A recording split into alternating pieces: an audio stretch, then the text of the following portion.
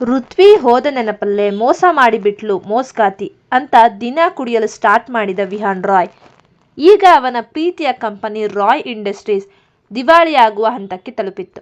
ವಿಹಾನ್ ತನ್ನ ಅಹಂಕಾರವನ್ನೆಲ್ಲ ಬದಿಗಿಟ್ಟು ಹೈದರಾಬಾದ್ನ ದೈತ್ಯ ಉದ್ಯಮಿ ಅಭಿನಂದನ್ ಅವರ ಸಹಾಯ ಯಾಚಿಸಲು ಅವರ ಕಚೇರಿಗೆ ಬಂದಿದ್ದನು. ಕೈಯಲ್ಲಿ ಫೈಲ್ ಹಿಡಿದು ರಿಸೆಪ್ಷನ್ನಲ್ಲಿ ಕಾಯುತ್ತಿದ್ದ ವಿಹಾನ್ಗೆ ತನ್ನ ಪರಿಸ್ಥಿತಿ ಕಂಡು ತಾನೇ ಮರುಗುತ್ತಿದ್ದನು. ಅಭಿನಂದನ್ ಅವರ ಕ್ಯಾಬಿನ್ನಿಂದ ಹೊರಬರುತ್ತಿದ್ದ ಹೈ ಹೀಲ್ಸ್ ಸದ್ದು ವಿಹಾನ್ ಗಮನ ಸೆಳೆಯಿತು. ತಲೆ ಎತ್ತಿ ನೋಡಿದ ವಿಹಾನ್ ಕ್ಷಣಕಾಲ ಉಸಿರು ಬಿಗಿಡಿದನು. ಎದುರಿಗೆ ಬರುತ್ತಿದ್ದುದು ಬೇರೆ ಯಾರೂ ಅಲ್ಲ, ಋತ್ವಿ. ಆದರೆ ಅವಳು ಹಳೆಯ ಋತ್ವಿಯಾಗಿರಲಿಲ್ಲ. ರೇಷ್ಮೆ ಸೀರೆ, ಕತ್ತಿನಲ್ಲಿ ವಜ್ರದ ಹಾರ ಮತ್ತು ಮುಖದಲ್ಲಿ ಅತೀವ ಆತ್ಮವಿಶ್ವಾಸವಿದ್ದ ಉದ್ಯಮಿ ರಶ್ಮಿಯಾಗಿದ್ದಳು. ವಿಹಾನ್ ಕೈಯಲ್ಲಿದ್ದ ಫೈಲ್ ಕೆಳಗೆ ಬಿತ್ತು. ಋತ್ವಿ, ನೀನು ಇಲ್ಲಿ ಎಂದು ತೊದಲುತ್ತಾ ಅವಳ ಹತ್ತಿರ ಬಂದನು. ಋತ್ವಿ ಅವನನ್ನು ನೋಡಿದಳು. ಆದರೆ ಅವಳ ಕಣ್ಣುಗಳಲ್ಲಿ ಯಾವುದೇ ಗುರುತು ಸಿಕ್ಕ ಸಂಭ್ರಮವಾಗಲಿ ಅಥವಾ ದ್ವೇಷವಾಗಿರಲಿ ಇರಲಿಲ್ಲ. ಬದಲಾಗಿ ಒಬ್ಬ ಅಪರಿಚಿತನನ್ನು ನೋಡುವಂಥ ಶೂನ್ಯ ಭಾವವಿತ್ತು. ಋತ್ವಿ ತೆಲುಗು ಮಿಶ್ರಿತ ಕನ್ನಡದಲ್ಲಿ, ಕ್ಷಮಿಸಿ, ನೀವು ಯಾರು? ನೀವು ಅಭಿನಂದನ್ ಸರ್ ಅವರನ್ನು ಭೇಟಿಯಾಗಲು ಬಂದಿದ್ದರೆ ದಯವಿಟ್ಟು ಅಲ್ಲಿ ಕಾಯಿರಿ. ನಾನು ಈಗ ಬ್ಯುಸಿ ಇದ್ದೇನೆ. ಅಷ್ಟರಲ್ಲಿ ಅಭಿನಂದನ್ ಕ್ಯಾಬಿನ್ನಿಂದ ಹೊರಗೆ ಬಂದು ಋತ್ವಿಯ ಹೆಗಲ ಮೇಲೆ ಆತ್ಮೀಯವಾಗಿ ಕೈಯಿಟ್ಟನು. ಅಭಿನಂದನ್, ರಶ್ಮಿ, ಈ ಬೆಂಗಳೂರಿನ ರಾಯ್ ಇಂಡಸ್ಟ್ರೀಸ್ ಮಾಲೀಕರು ಇವರೇ. ನಮ್ಮ ಕಂಪ್ನಿಗೆ ಇವರು ಸಣ್ಣ ಪಾರ್ಟ್ನರ್ಶಿಪ್ ಕೇಳುತ್ತಿದ್ದಾರೆ. ನೀನು ಏನಂತೀಯಾ? ವಿಹಾನ್ಗೆ ಭೂಮಿ ಕುಸಿದಂತಾಯಿತು. ತಾನು ಅಂದು ಚಾರಿತ್ರ್ಯಹೀನಳು ಎಂದು ಅವಮಾನಿಸಿದ್ದ ಹೆಂಡತಿಯೇ ಇಂದು ತನ್ನ ಕಂಪನಿಯ ಭವಿಷ್ಯ ನಿರ್ಧರಿಸುವ ಸ್ಥಾನದಲ್ಲಿದ್ದಾಳೆ ಎಂಬ ಸತ್ಯ ಅವನನ್ನು ಚೂರಾಗಿಸಿತು. ಋತ್ವಿ ವಿಹಾನನ ಕಣ್ಣುಗಳನ್ನು ನೇರವಾಗಿ ದಿಟ್ಟಿಸಿ ನೋಡಿದಳು. ಋತ್ವಿ, ಅಭಿ ಸರ್, ಇಂತಹ ನಷ್ಟದಲ್ಲಿರುವ ಮತ್ತು ಅಹಂಕಾರದ ಅಡಿಪಾಯದ ಮೇಲೆ ನಿಂತಿರುವ ಕಂಪನಿಗಳ ಜೊತೆ ನಾವು ಕೈ ಜೋಡಿಸಬಾರದು ಅಂತ ನನ್ನ ಅನಿಸಿಕೆ. ಇವರಿಗೆ ನಮ್ಮ ಸಮಯ ವ್ಯರ್ಥ ಮಾಡೋದು ಬೇಡ ಎಂದು ಹೇಳಿ ವಿಹಾನನ್ನು ದಾಟಿ ರಾಜಗಂಭೀರ್ಯದಿಂದ ನಡೆದು ಹೋದಳು. ಅಭಿನಂದನ್ ಋತ್ವಿಯ ಕೈ ಹಿಡಿದು ಕಾನ್ಫರೆನ್ಸ್ ರೂಮ್ಗೆ ಕರೆದೊಯ್ಯುತ್ತಿರುವುದನ್ನು ಕಂಡ ವಿಹಾನ್ಗೆ ರಕ್ತ ಕುದಿ ಬಂತು. ತಾನು ಒಮ್ಮೆ ಮಾಲೀಕನಂತೆ ನಡೆಸಿಕೊಂಡಿದ್ದ ಹುಡುಗಿ ನನ್ನ ಹೆಂಡತಿಯಾದವಳು ಇಂದು ಮತ್ತೊಬ್ಬನಿಗೆ ಅಷ್ಟು ಆಪ್ತವಾಗಿರುವುದನ್ನು ಅವನ ಅಹಂಕಾರ ಒಪ್ಪಲಿಲ್ಲ. ಋತ್ವಿ, ನಿಲ್ಲು ಎಂದು ಕಿರುಚುತ್ತಾ ಅವಳ ಹತ್ತಿರ ಓಡಿ ಬಂದನು. ಅಭಿನಂದನ್ ಎದುರೇ ಋತ್ವಿಯ ಕೈ ಹಿಡಿಯಲು ಹೋದ ವಿಹಾನ್, ಯಾರು ಇವನು? ನಿನಗೆ ಇವನ ಜೊತೆ ಏನು ಸಂಬಂಧ? ಅಂದು ಅನಿಕೇತ್, ಇಂದು ಇವನ? ನಿನಗೆ ನಾಚಿಕೆ ಆಗಲ್ವಾ ಎಂದು ಮತ್ತೆ ಹಳೆಯ ಚಾಳಿಯಂತೆ ಅವಮಾನಿಸಲು ಶುರು ಮಾಡಿದನು. ಆದರೆ ಅಭಿನಂದನ್ ತಕ್ಷಣವೇ ವಿಹಾನ್ನ ಕೈಯನ್ನು ಬಲವಾಗಿ ಹಿಡಿದು ಹಿಂದಕ್ಕೆ ತಳ್ಳಿದನು. ಅಭಿನಂದನ್, ಮಿಸ್ಟರ್ ವಿಹಾನ್ ರಾಯ್, ಇದು ನಿನ್ನ ಬೆಂಗಳೂರಿನ ಆಫೀಸ್ ಅಲ್ಲ. ಇಲ್ಲಿ ರಶ್ಮಿ ಈ ಕಂಪನಿಯ ಉಸಿರು. ಇವಳ ಮೇಲೆ ಕೈ ಹಾಕೋದು ಇರಲಿ. ಬೆರಳು ತೋರಿಸಿ ಮಾತನಾಡಿದ್ರು ನಿನ್ನನ್ನು ಈ ನಗರದಿಂದಲೇ ಹೊರಹಾಕ್ತೀನಿ. ನೀನು ಬಂದಿರೋದು ಭಿಕ್ಷೆ ಕೇಳೋಕೆ, ಅದನ್ನು ಮರಿಬೇಡ. ಅಭಿನಂದನ್ ಈ ಮಾತು ವಿಹಾನ್ ಅಹಂಕಾರಕ್ಕೆ ಬಿದ್ದ ದೊಡ್ಡ ಚಡಿ ಏಟಾಗಿತ್ತು. ಅಲ್ಲಿಂದ ಅವಮಾನಿತವಾಗಿ ಹೊರಬಂದ ವಿಹಾನ್ ಹೋಟೆಲ್ ರೂಮ್ನಲ್ಲಿ ಮದ್ಯದ ಬಾಟಲಿಯೊಂದಿಗೆ ಕುಳಿತನು. ಅವನಿಗೆ ಋತ್ವಿ ಆಫೀಸ್ನಲ್ಲಿ ಪ್ರೆಸೆಂಟೇಷನ್ ನೀಡುತ್ತಿದ್ದ ಆ ಗಾಂಭೀರ್ಯ, ಅವಳು ಕಾರಿನಲ್ಲಿ ಅಭಿನಂದನ್ ಪಕ್ಕದಲ್ಲಿ ಕುಳಿತು ನಗುತ್ತಿದ್ದ ದೃಶ್ಯ ಕಣ್ಣಿಗೆ ಕಟ್ಟಿದಂತಾಗಿತ್ತು. ಅವಳು ನನ್ನವಳು, ಅವಳು ನನಗೆ ಮಾತ್ರ ಸೇರಬೇಕು ಎಂದು ಕಿರಿಚುತ್ತಾ ರೂಮಿನಲ್ಲಿದ್ದ ಗಾಜಿನ ಲೋಟಗಳನ್ನು ಒಡೆದು ಹಾಕಿದನು. ಹೊಟ್ಟೆ ಕಿಚ್ಚಿನಿಂದ ಹುಚ್ಚನಾದ ವಿಹಾನ್ ಋತ್ವಿಯನ್ನು ಮತ್ತೆ ಪಡೆಯಲು ನಿರ್ಧರಿಸಿದನು. ತಕ್ಷಣ ಬೆಂಗಳೂರಿನಲ್ಲಿದ್ದ ಶೀಲಾಗೆ ಫೋನ್ ಮಾಡಿ, ಶೀಲಾ, ನಿನಗೆ ಬೇಕಾಗಿದ್ದು ಸಿಗುತ್ತೆ, ಆದರೆ ನನಗೆ ಋತ್ವಿ ಮತ್ತೆ ಬೇಕು. ಅವಳು ಹೈದರಾಬಾದ್ನಲ್ಲಿ ಇನ್ನೊಬ್ಬನ ಜೊತೆ ಸುಖವಾಗಿದ್ದಾಳೆ. ಅವಳ ಮರ್ಯಾದೆ ತೆಗಿಬೇಕು. ಬಾ ಇಲ್ಲಿಗೆ ಎಂದು ಹೈದರಾಬಾದ್ಗೆ ಕರೆಸಿಕೊಳ್ಳುತ್ತಾನೆ. ಹೇಗಾದರೂ ಮಾಡಿ ಋತ್ವಿನ ಇಲ್ಲಿಂದ ಮನೆಗೆ ಕರೆದುಕೊಂಡು ಹೋಗಬೇಕು ಅಂದು ವಿಹಾನ್. ಶೀಲಾ ಎಂಥ ನೀಚಳು ಎಂತ ಗೊತ್ತಿದ್ರೂ ಅವಳನ್ನು ದಾಳವಾಗಿ ಉಪಯೋಗಿಸಿಕೊಂಡ. ವಿಹಾನ್ ಕರೆದ ತಕ್ಷಣ ಹೈದರಾಬಾದ್ಗೆ ಬಂದಿಳಿದ ಶೀಲಾ ವಿಹಾನ್ನ ಅಸೂಯೆಯನ್ನು ಕಂಡು ಮನಸ್ಸಿನಲ್ಲೇ ನಕ್ಕಳು. ಅವಳು ನೇರವಾಗಿ ಅಭಿನಂದನ್ ಅವರ ಕಚೇರಿಗೆ ಹೋಗಿ ಒಬ್ಬ ಸಮಾಜ ಸೇವಕಿಯಂತೆ ನಟಿಸಿ ಅಭಿನಂದನ್ನನ್ನು ಭೇಟಿಯಾದಳು. ಶೀಲಾ, ಅಭಿನಂದನ್ ಸರ್, ನಿಮ್ಮ ಕಂಪನಿಯಲ್ಲಿ ಕೆಲಸ ಮಾಡುತ್ತಿರುವ ಈ ರಶ್ಮಿ ಅಸಲಿಗೆ ಬೆಂಗಳೂರಿಂದ ಓಡಿ ಬಂದವಳು. ಅವಳು ತನ್ನ ಗಂಡ ಮತ್ತು ಸಾಲದ ಸುಳಿಗೆ ಸಿಲುಕಿ ಆಸ್ತಿ ಹೊಡೆಯಲು ಇಲ್ಲಿಗೆ ಬಂದಿದ್ದಾಳೆ. ಅವಳು ನಿಮ್ಮ ಆಸ್ತಿಯನ್ನು ಕಬಳಿಸಲು ಚೇತನಳನ್ನು ಬಳಸಿಕೊಳ್ಳುತ್ತಿದ್ದಾಳೆ. ನಂಬದಿದ್ದರೆ ನೋಡಿ ಅವಳ ಹಳೆಯ ಫೋಟೋಗಳು ಎಂದು ಕೆಲವು ಎಡಿಟ್ ಮಾಡಿದ ಫೋಟೋಗಳನ್ನು ತೋರಿಸಿ ಅಭಿನಂದನ್ ಮನಸ್ಸಿನಲ್ಲಿ ವಿಷ ಬಿತ್ತಲು ಪ್ರಯತ್ನಿಸಿದಳು. ಶೀಲಾಳ ಮಾತನ್ನು ಕೇಳಿದ ಅಭಿನಂದನ್ ಒಂದು ಕ್ಷಣ ಶಾಂತನಾಗಿ ಕುಳಿತನು. ಆದರೆ ಶೀಲಾ ನಿರೀಕ್ಷಿಸಿದಂತೆ ಅವನು ಕೋಪಗೊಳ್ಳಲಿಲ್ಲ. ಬದಲಾಗಿ ಜೋರಾಗಿ ನಕ್ಕನು. ಅಭಿನಂದನ್: ಮಿಸ್ಟರ್ ವಿಹಾನ್ ಈಕೆಯನ್ನು ಕಳುಹಿಸಿದ್ದಾರಾ? ನೋಡಿ ಮಿಸ್ ಶೀಲಾ, ರಶ್ಮಿಯ ಕಣ್ಣುಗಳಲ್ಲಿ ನಂಬಿಕೆ ಇದೆ. ಅವಳು ಯಾರು, ಎಲ್ಲಿಂದ ಬಂದವಳು ಎಂಬುದು ನನಗೆ ಮುಖ್ಯವಲ್ಲ. ಅವಳು ಇಂದು ನನ್ನ ಕುಟುಂಬಕ್ಕೆ ಜೀವ ನೀಡಿದ್ದಾಳೆ. ನಿಮ್ಮಂತಹ ಕೀಳು ಮಟ್ಟದ ಸಂಚುಗಾರರ ಮಾತನ್ನು ನಾನು ನಂಬುವುದಿಲ್ಲ. ಗೆಟ್ ಔಟ್ ಎಂದು ಅವಳನ್ನು ಅವಮಾನಿಸಿ ಕಳುಹಿಸಿದನು. ಶೀಲಾ ವಿಫಲಳಾದ ವಿಷಯ ತಿಳಿದ ವಿಹಾನ್ ತಾನೇ ನೇರವಾಗಿ ಅಭಿನಂದನ್ ಮನೆಗೆ ಹೋಗಿ ರಂಪಾಟ ಮಾಡಲು ನಿರ್ಧರಿಸಿದನು. ಮನೆಯ ಮುಂದೆ ಋತ್ವಿಯನ್ನು ಅಡ್ಡಗಟ್ಟಿದ ವಿಹಾನ್: ಋತ್ವಿ, ಈ ಶ್ರೀಮಂತನ ಆಸರೆ ನಿನಗೆ ಎಷ್ಟು ದಿನ ಇರುತ್ತೆ? ಬಾ ನನ್ನ ಜೊತೆ ಬೆಂಗಳೂರಿಗೆ, ಇಲ್ಲದಿದ್ದರೆ ನಿನ್ನ ಬಗ್ಗೆ ಎಲ್ಲರಿಗೂ ತಿಳಿಸ್ತೀನಿ ಎಂದು ಬೆದರಿಸಿದನು. ಋತ್ವಿ ದೃಢವಾಗಿ: ತಿಳಿಸಿ ವಿಹಾನ್, ನಾನು ಯಾರಿಗೂ ಹೆದರುವುದಿಲ್ಲ. ಅಂದು ನಾನು ಅಸಹಾಯಕಳಾಗಿದ್ದೆ, ಆದರೆ ಇಂದು ನನಗೆ ಅಭಿನಂದನ್ ಅವರಂತಹ ಒಬ್ಬ ಶ್ರೇಷ್ಠ ವ್ಯಕ್ತಿಯ ಬೆಂಬಲವಿದೆ. ನೀವು ಅಸೂಯೆಯಿಂದ ಸಾಯುತ್ತಿದ್ದೀರಿ ಅಷ್ಟೇ. ನನ್ನ ದಾರಿಯಿಂದ ದೂರ ಸರಿಯಿರಿ, ಇಲ್ಲದಿದ್ದರೆ ಈ ಬಾರಿ ನಾನು ಕೈ ಎತ್ತಲು ಹಿಂದೆ ಸರಿಯುವುದಿಲ್ಲ ಎಂದು ಅವನ ಅಹಂಕಾರಕ್ಕೆ ಕಪಾಳ ಮೋಕ್ಷ ಮಾಡಿದಂತೆ ಉತ್ತರಿಸಿದಳು. ವಿಹಾನ್ ಋತ್ವಿಯ ಮೇಲೆ ಕೈ ಎತ್ತಲು ಹೋದಾಗ ಅಭಿನಂದನ್ ಅಲ್ಲಿಗೆ ಬಂದನು. ಇಬ್ಬರು ಶಕ್ತಿಶಾಲಿ ವ್ಯಕ್ತಿಗಳ ನಡುವೆ ಯುದ್ಧವೇ ಶುರುವಾಯಿತು. ವಿಹಾನ್: ಇವಳು ನನ್ನವಳು, ನನ್ನ ಹೆಂಡತಿ, ಇವಳ ಕೊರಳಿಗೆ ಮೊದಲು ತಾಳಿ ಕಟ್ಟಿದ್ದು ನಾನು ಎಂದು ಅಬ್ಬರಿಸಿದನು. ಅಭಿನಂದನ್ ಮೊದಲ ಬಾರಿಗೆ ಋತ್ವಿಯ ಹಳೆಯ ಗಂಡ ವಿಹಾನ್ ಎಂದು ತಿಳಿದಾಗ ಬೆಚ್ಚಿಬಿದ್ದನು. ಋತ್ವಿ ತನ್ನ ಜೀವನದಲ್ಲಿ ನಡೆದ ಘಟನೆಯನ್ನೆಲ್ಲ ಅಭಿನಂದನ್ ತಾಯಿ ಹತ್ತಿರ ಅವರು ಬಲವಂತವಾಗಿ ಕೇಳಿದ್ದಕ್ಕೆ ಹೇಳಿದ್ದಳು. ಆದರೆ ವಿಹಾನ್ ರಾಯ್ ಹೆಸರು ಹೇಳಿರಲಿಲ್ಲ. ಹಾಗೆ ಈ ವಿಷಯ ತಾಯಿಯಿಂದ ತಿಳಿದ ಅಭಿನಂದನ್ ಅವಳ ಮೇಲೆ ಇನ್ನೂ ಹೆಚ್ಚು ಗೌರವದಿಂದ ನೋಡಲು ಸ್ಟಾರ್ಟ್ ಮಾಡಿದ್ದ. ಈಗ ವಿಹಾನ್ ರಾಯ್ ಋತ್ವಿಯ ಗಂಡ ಅಂತ ತಿಳಿದು ಆಘಾತ ಆಗಿತ್ತು. ಆದರೆ ಅವನ ಆಘಾತ ಕೇವಲ ಒಂದು ಕ್ಷಣ ಮಾತ್ರ ಇತ್ತು. ಅವನು ಋತ್ವಿಯ ಕೈ ಹಿಡಿದು ವಿಹಾನ್ನನ್ನು ಎದುರಿಸಿದನು. ಅಭಿನಂದನ್: ತಾಳಿ ಕಟ್ಟಿದ ತಕ್ಷಣ ಯಾರೂ ಒಬ್ಬರು ಆಸ್ತಿಯಾಗುವುದಿಲ್ಲ ವಿಹಾನ್. ನೀನು ಅವಳನ್ನು ನಡೆಸಿಕೊಂಡ ರೀತಿ ಕೇಳಿದ ಮೇಲೆ ನನಗೆ ನಿನ್ನ ಮೇಲೆ ಅಸಹ್ಯವಾಗುತ್ತಿದೆ. ಅವಳ ಹಳೆಯ ಗಂಡ ನೀನು ಇರಬಹುದು, ಆದರೆ ಅವಳ ಭವಿಷ್ಯ ಮತ್ತು ಅವಳ ಗೌರವದ ರಕ್ಷಕ ನಾನು. ಇನ್ನು ಮೇಲೆ ಇವಳನ್ನು ನನ್ನವಳು ಎನ್ನುವ ಮೊದಲು 1000 ಬಾರಿ ಯೋಚಿಸು ಎಂದು ಗುಡುಗಿದನು. ಅಭಿನಂದನ್ ಎದುರು ಸೋತ ವಿಹಾನ್ಗೆ ಈಗ ಋತ್ವಿಯನ್ನ ಹೇಗಾದರೂ ಮಾಡಿ ದಾರಿಗೆ ತರಬೇಕು ಎಂಬ ಹಠ ಶುರುವಾಯಿತು.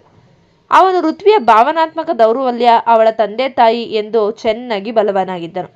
ಬೆಂಗಳೂರಿಗೆ ಫೋನ್ ಮಾಡಿ ರಮೇಶ್ ಮತ್ತು ಪದ್ಮಜಾ ಅವರಿಗೆ ಸುಳ್ಳು ಹೇಳಿದನು. ವಿಹಾನ್: ಅತ್ತೆ ಮಾವ, ಋತ್ವಿ ಸಿಕ್ಕಿದ್ದಾಳೆ. ಅವಳು ಹೈದರಾಬಾದ್ನಲ್ಲಿ ಇದ್ದಾಳೆ, ಆದರೆ ಅವಳು ಯಾವುದೋ ಕೆಟ್ಟ ದಾರಿಗೆ ಬಿದ್ದಿದ್ದಾಳೆ. ಅವಳನ್ನು ಉಳಿಸೋಕೆ ನೀವೇ ಬರಬೇಕು ಎಂದು ಮೊಸಳೆ ಕಣ್ಣೀರು ಹಾಕಿದನು. ಮಗಳ ಮೇಲಿನ ಪ್ರೀತಿಯಿಂದ ಮುಗ್ಧ ಜೀವಿಗಳು ತಕ್ಷಣವೇ ಹೊರಟವು. ವಿಹಾನ್ ಋತ್ವಿಯ ತಂದೆ ತಾಯಿಯನ್ನು ಅಭಿನಂದನ್ ವಿಲಾಸದ ಮುಂದೆ ಕರೆತಂದನು. ಅಲ್ಲಿನ ಶ್ರೀಮಂತಿಕೆ ಕಂಡು ರಮೇಶ್ ಮತ್ತು ಪದ್ಮಜ ಬೆರಗಾದರು. ಋತ್ವಿ ಆಫೀಸ್ನಿಂದ ಮನೆಗೆ ಮರಳಿದಾಗ ಗೇಟಿನ ಬಳಿ ತನ್ನ ವೃದ್ಧ ತಂದೆ ತಾಯಿಯನ್ನು ಕಂಡು ಸ್ತಬ್ಧಳಾದಳು. ಋತ್ವಿ: ಅಪ್ಪ, ಅಮ್ಮ, ನೀವು ಇಲ್ಲಿ ಎಂದು ಓಡಿ ಬಂದು ಅವರ ಕಾಲಿಗೆ ಬಿದ್ದಳು. ರಮೇಶ್ ಮಗಳನ್ನು ಅಪ್ಪಿಕೊಂಡು ಅತ್ತರು. ಋತ್ವಿ: ಈ ಮನೆ ಯಾರಮ್ಮ? ನೀನು ಇಷ್ಟೊಂದು ಬದಲಾಗಿದ್ದೀಯಾ? ವಿಹಾನ್ ಹೇಳಿದ್ದು ನಿಜಾನಾ? ನೀನು ಇವರ ಜೊತೆ ಸಂಬಂಧ ಇಟ್ಟುಕೊಂಡು ನಮ್ಮ ಮರ್ಯಾದೆ ತೆಗಿತಿದ್ದೀಯಾ ಎಂದು ಪ್ರಶ್ನಿಸಿದರು. ಅಷ್ಟರಲ್ಲಿ ವಿಹಾನ್ ಅಲ್ಲಿಗೆ ಬಂದು, ನೋಡಿದ್ರಾ ಮಾವ, ನಾನು ಹೇಳಿದ್ದು ನಿಜ ತಾನೇ?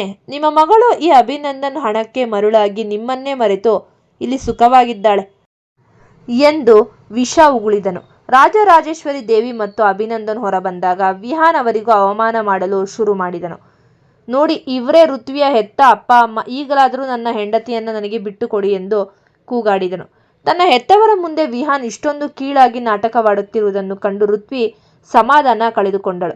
ಋತ್ವಿ: ಸಾಕು ಮಾಡಿ ವಿಹಾನ್. ಅಪ್ಪ, ಇವನ ಮಾತನ್ನು ನಂಬೇಡಿ. ನಾನು ಇಲ್ಲಿ ಸಿರಿಯ ಹಿಂದೆ ಬಂದಿಲ್ಲ. ಸತ್ತಿದ್ದ ನನ್ನ ಆತ್ಮಗೌರವವನ್ನು ಹುಡುಕುತ್ತಾ ಬಂದಿದ್ದೇನೆ. ಈ ಮನೆಯವರ ನನಗೆ ಕೊಟ್ಟಿದ್ದು ಕೇವಲ ಆಸರೆ ಅಲ್ಲ, ಗೌರವ. ವಿಹಾನ್, ನಿಮ್ಮ ದ್ವೇಷಕ್ಕೆ ನನ್ನ ಅಪ್ಪ ಅಮ್ಮನನ್ನು ಬಳಸಿಕೊಳ್ಳುವಷ್ಟು ಕೆಳಮಟ್ಟಕ್ಕೆ ಇಳಿದ್ರಾ ಎಂದು ತರಾಟೆಗೆ ತೆಗೆದುಕೊಂಡಳು. ಅಭಿನಂದನ್ ರಮೇಶ್ ಅವರ ಕೈ ಹಿಡಿದು ಒಳಗೆ ಕರೆದುಕೊಂಡು ಹೋದನು. ಅಂಕಲ್, ನಿಮ್ಮ ಮಗಳ ಬಗ್ಗೆ ವಿಹಾನ್ ಹೇಳುವುದೆಲ್ಲ ಸುಳ್ಳು. ಅವಳು ಈ ಮನೆಯ ದೇವತೆ. ಅವಳಿಲ್ಲದೆ ನಮ್ಮ ಚೇತನ ಬದುಕಿರಲಾರಳು.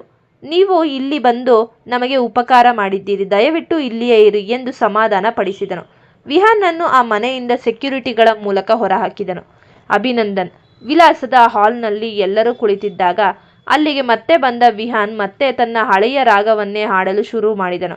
ನೋಡಿ ಮಾವ, ಇವರೆಲ್ಲ ಸೇರಿ ಋತ್ವಿಯನ್ನ ಮರಳು ಮಾಡಿದ್ದಾರೆ.